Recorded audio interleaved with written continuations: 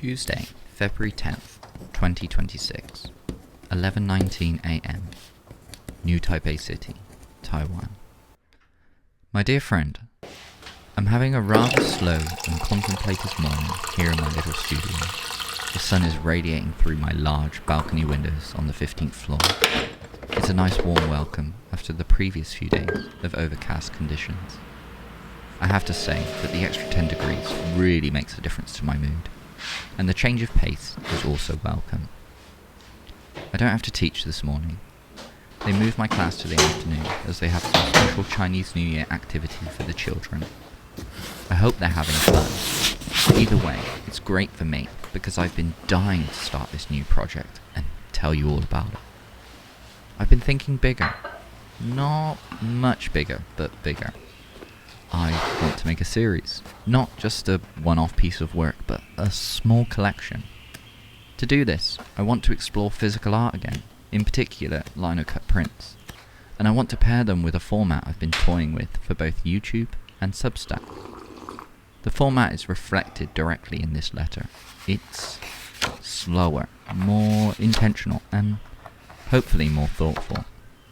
You see, I've been thinking. Dangerous, I know. But after falling ill for a few weeks, I've been plagued with existential doubt about my path and what I'm here to do. I know that sounds very cosmic, and it kind of was, to be honest. But after facing those metaphysical questions, I realised something so simple. It really doesn't have to be all that grandiose. After all, the life that I lead won't last forever. It just has to be meaningful to me, now, in this moment, and aligned with the vision that I have for it. And that vision starts with the everyday. It starts with figuring out what I want my average day to look like, and how I'm going to show up and actually live it. Now, that doesn't mean setting outrageous standards for myself with heavily timed blocked calendars and strict dieting rules. But that does mean getting intentional and clear on what's important to me. And I believe that can be summed up in 2 words. Creative play. I want to make sure I set aside time every day for creative play, whether that's sketching, painting, making music, editing video, writing a letter, or building something physical. It doesn't matter too much. I just want to make things. After all, you know that's what I love to do, and of course, it's all I want to do. I can't believe I'm actually saying it, but after 2 years of minimal activity, I want to make art again. It's exciting, scary, and nerve-wracking at the same time. What if I've lost my edge? What if my creativity is stifled? What if I can't make money from it, or nobody cares? It really doesn't matter, does it? Because what matters are the other what ifs. What if I start to love my life more? Feel creatively fulfilled, whole, even discover new sides of myself I didn't know existed?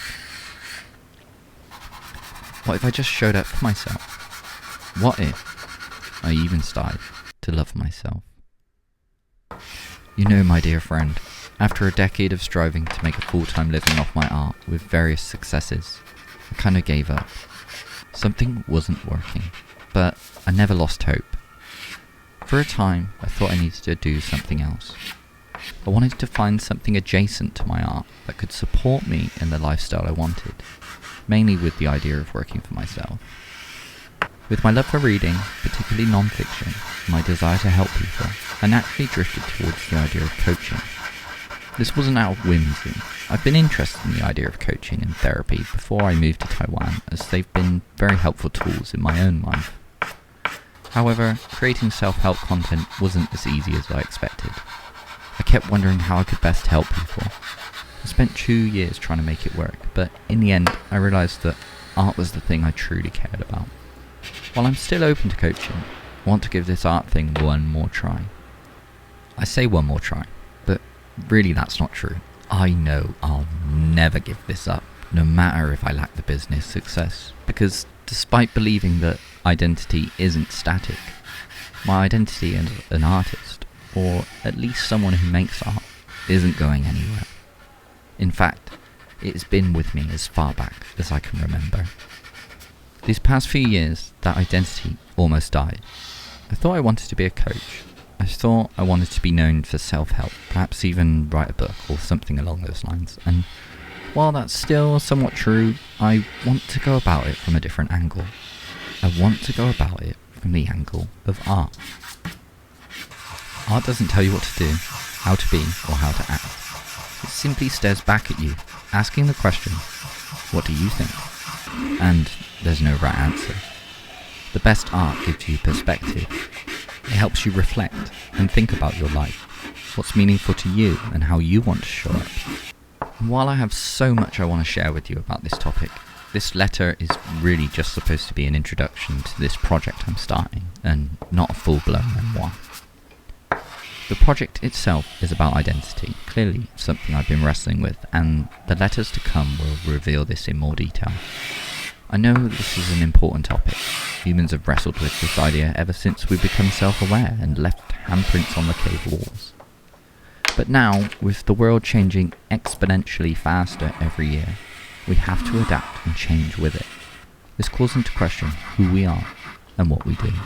Art is just one way to explore these perennial questions that we know can never be fully answered.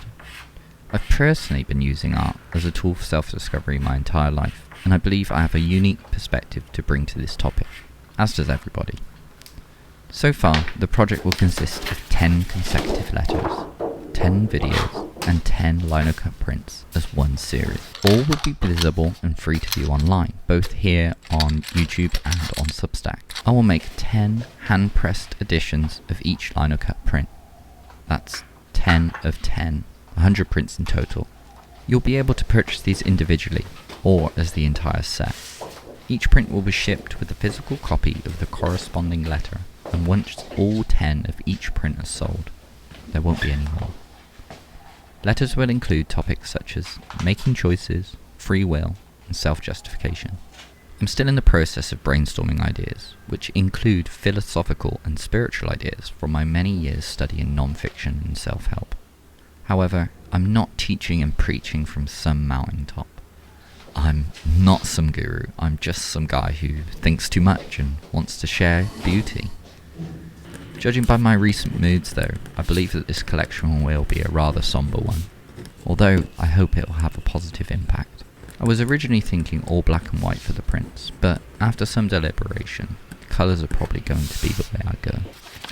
I'm going to do some colour studies this afternoon and see what's working. Subscribe so you can be the first to know when the first letter drops, along with the corresponding handmade print. Much love, James.